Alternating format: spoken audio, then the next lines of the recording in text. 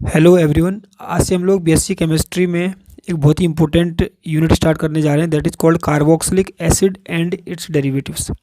ठीक है। पहले हम लोग इसका जो भी जनरल इंट्रोडक्शन है और जो भी इसका नोमेनक्लेचर है वो, और उसके बाद जो भी इसकी मेथड्स ऑफ प्रिपरेशंस हैं उसको आज की वीडियो में हम लोग डिस्कस करने जा रहे हैं। तो स्टार्ट करते हैं carboxylic acid and it's derivatives.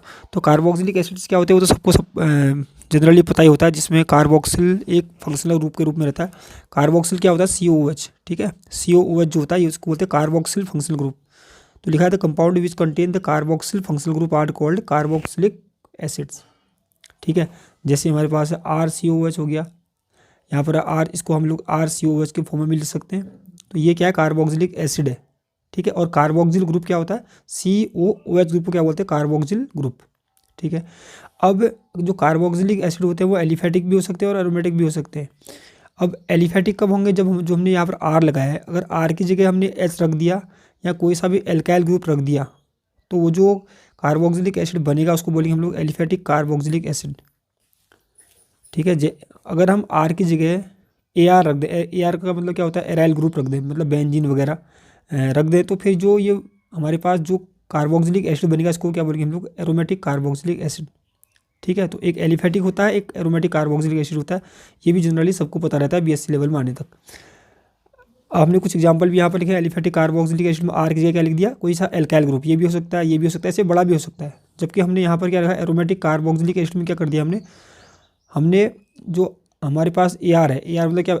Aryl group, तो यहाँ पर रख सकते हैं, ये भी एराइल ग्रुप होता है। तो ये क्या होता है? Aromatic carboxylic group, aromatic carboxylic acid. ठीक है, तो अब हम लोग देखते हैं इसके बाद कि क्लासिफिकेशन कार्बोक्सिलिक एसिड का हम लोग कैसे कर सकते हैं। पहले देखो, कार्बोक्सिलिक एसिड का अगर हम क्लासिफिकेशन करें किसके बेसिस पर? Number of COH group, number of carboxyl group present.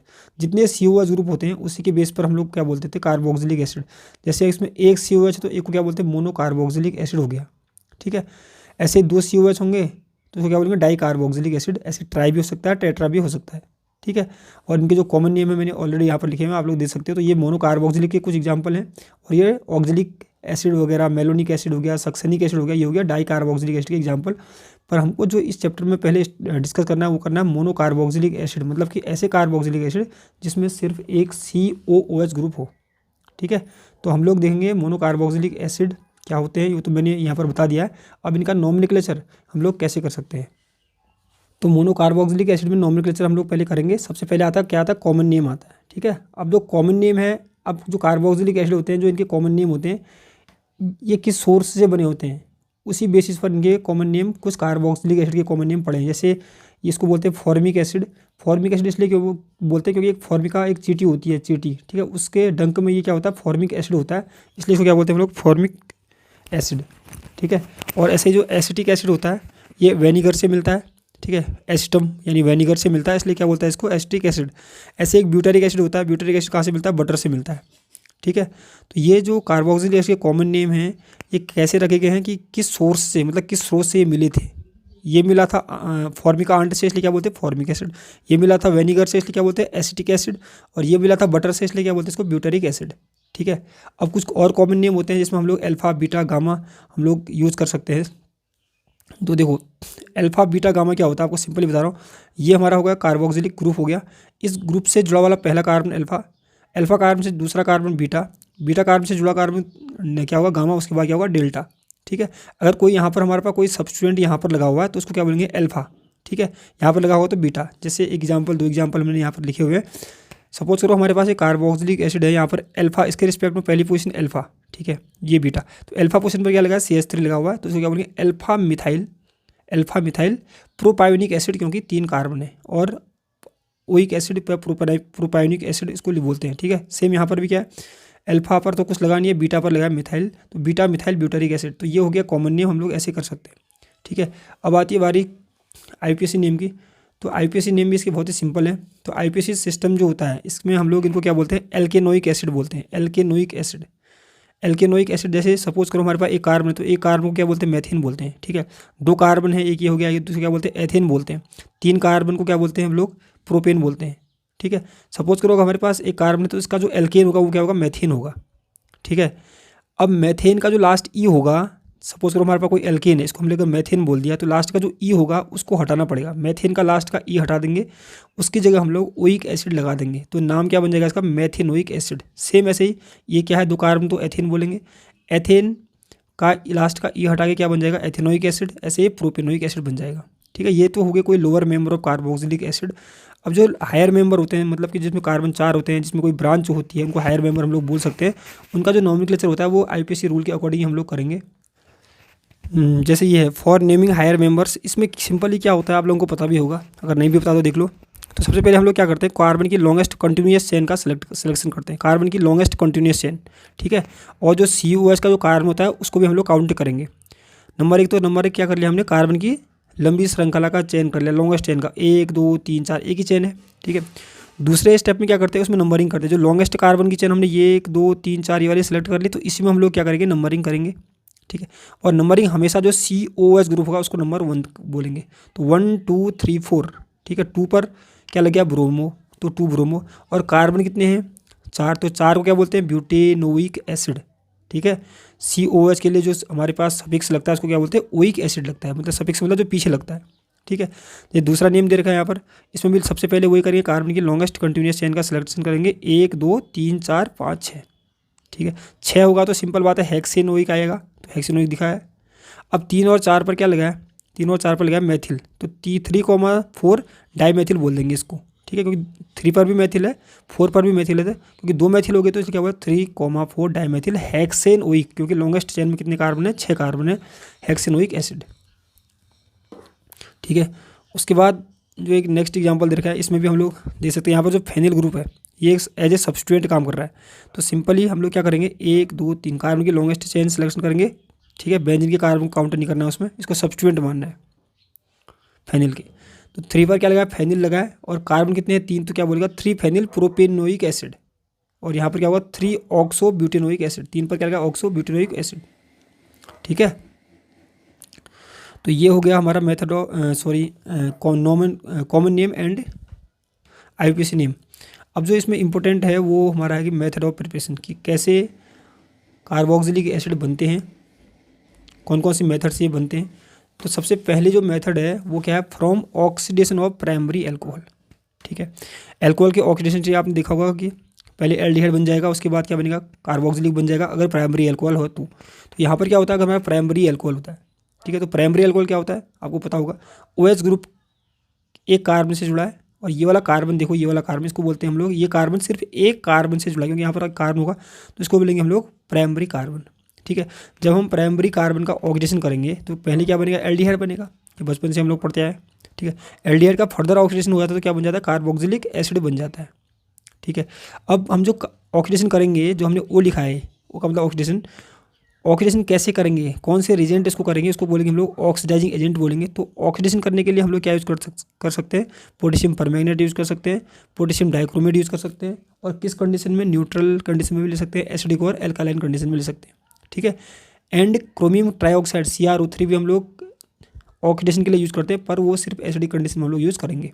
ठीक है, तो यहाँ पर एक एग्जाम्पल दिया है आपको पता है, तो देखो ये क्या है, पोटेशियम डाइक्रोमेट H2SO4, मतलब एसिडिक कंडीशन में दिया है। तो पहले क्या बनेगा, देखो होगा क्या, यहाँ से एक H निकालोगे, क्योंकि ऑक्सीजन का मतलब क्या होता है, एडिशन ऑफ ऑक्सीजन या रिमूवल ऑफ हाइड्रोजन। तो यहाँ पर अगर देखोगे तो एक हाइड्रोजन को यहाँ से निकाल दो, एक हाइड्रोजन को यहाँ से निकाल दो, तो यहाँ से H2 बाहर निकल गया। अगर H2 बाहर निकला है तो उसको भी क्या बोलेंगे हम लोग, ऑक्सीडेशन, क्योंकि ऑक्सीडेशन की डेफिनेशन क्या होती है, रिमूवल ऑफ हाइड्रोजन। ठीक है, तो यहाँ से एक हाइड्रोजन निकाला और एक हाइड्रोजन यहाँ से निकाला, तो क्या बचेगा फिर यहाँ पर CH3CHO तो बचेगा। ठीक है, अब इसमें हमने क्या करना है, अब इसका ऑक्सीजन फिर से करना है। तो ये एल्डिहाइड बन गया, CHO ग्रुप है तो एल्डिहाइड है, तो इसका फिर से ऑक्सीजन हो जाता है, तो क्या बन जाता है, एक ऑक्सीजन यहाँ पर जोड़ देंगे हम लोग, तो क्या बन जाएगा, एसिटिक एसिड, CH3COOH बन जाएगा। ठीक है, और एक चीज़ याद रखना, कभी भी अगर प्राइमरी एल्कोहल का जब ऑक्सीडेशन करोगे तो एल्डिहाइड बनेगा, तो दोनों में कार्बन कितने होंगे, बिल्कुल सेम होंगे, इसमें कार्बन 2 हैं तो इसमें भी 2 हैं। ठीक है, जब इसका फर्दर ऑक्सीडेशन होगा एल्डिहाइड का, तो क्या बनेगा, कार्बोक्सिलिक एसिड बनेगा।